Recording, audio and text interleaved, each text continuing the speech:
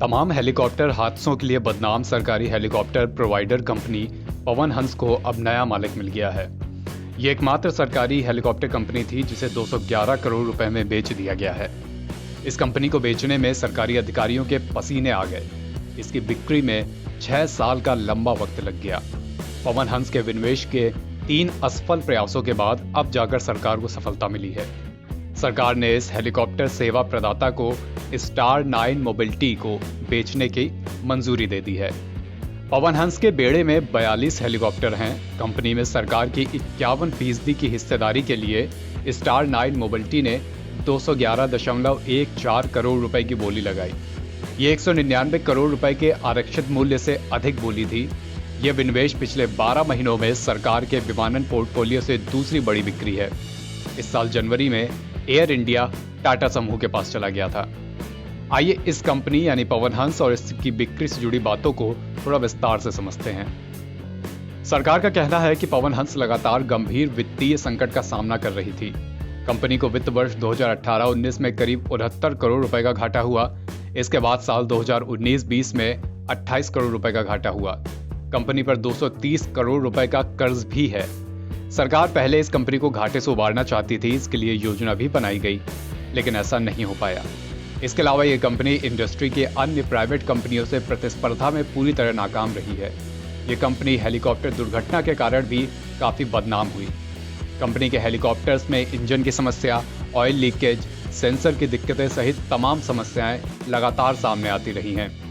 पवन हंस सरकार और राज्य के स्वामित्व वाली oil and natural gas Corp limited यानी ONGC के बीच 51 और 49 हिस्सेदारी वाला एक संयुक्त उद्यम है। यह हेलीकॉप्टर सेवा प्रदाता मुख्य रूप से ONGC के ऑफशोर ऑपरेशंस के लिए काम करता है और पहाड़ों और दुर्गम इलाकों के लिए कुछ उड़ानें संचालित करता है। साल 2016 में सरकार ने पवन हंस में अपनी हिस्सेदारी बेचने का फैसला किया था। उस समय जिन विकल्पों पर विचार किया गया था उनमें से एक ONGC को कंपनी में सरकार की हिस्सेदारी हासिल करने की अनुमति देना भी था। हालांकि तब इस विकल्प को अच्छी प्रतिक्रिया नहीं मिली।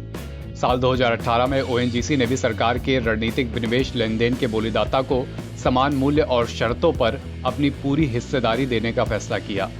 सरकार ने अक्टूबर 2016 में पवन हंस में सरकारी हिस्सेदारी के रणनीतिक विनिवेश को मंजूरी दी थी। इसके बाद सरकार ने विनिवेश के 3 प्रयास किए, तीनों असफल रहे।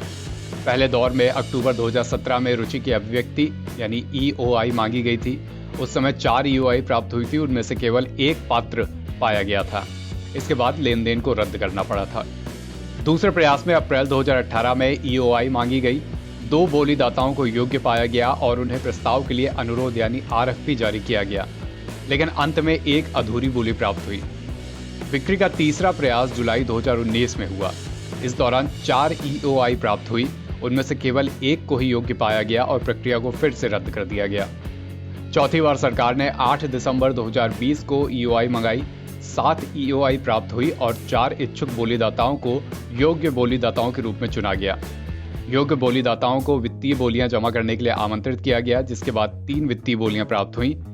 इसमें स्टार 9 मोबिलिटी 211.14 करोड़ रुपए की बोली लगाकर सबसे अधिक बोली लगाने वाली कंपनी के रूप में सामने आई और अब इसी कंपनी के पास पवन हंस का स्वामित्व होगा। NBT ऑनलाइन की रिपोर्ट।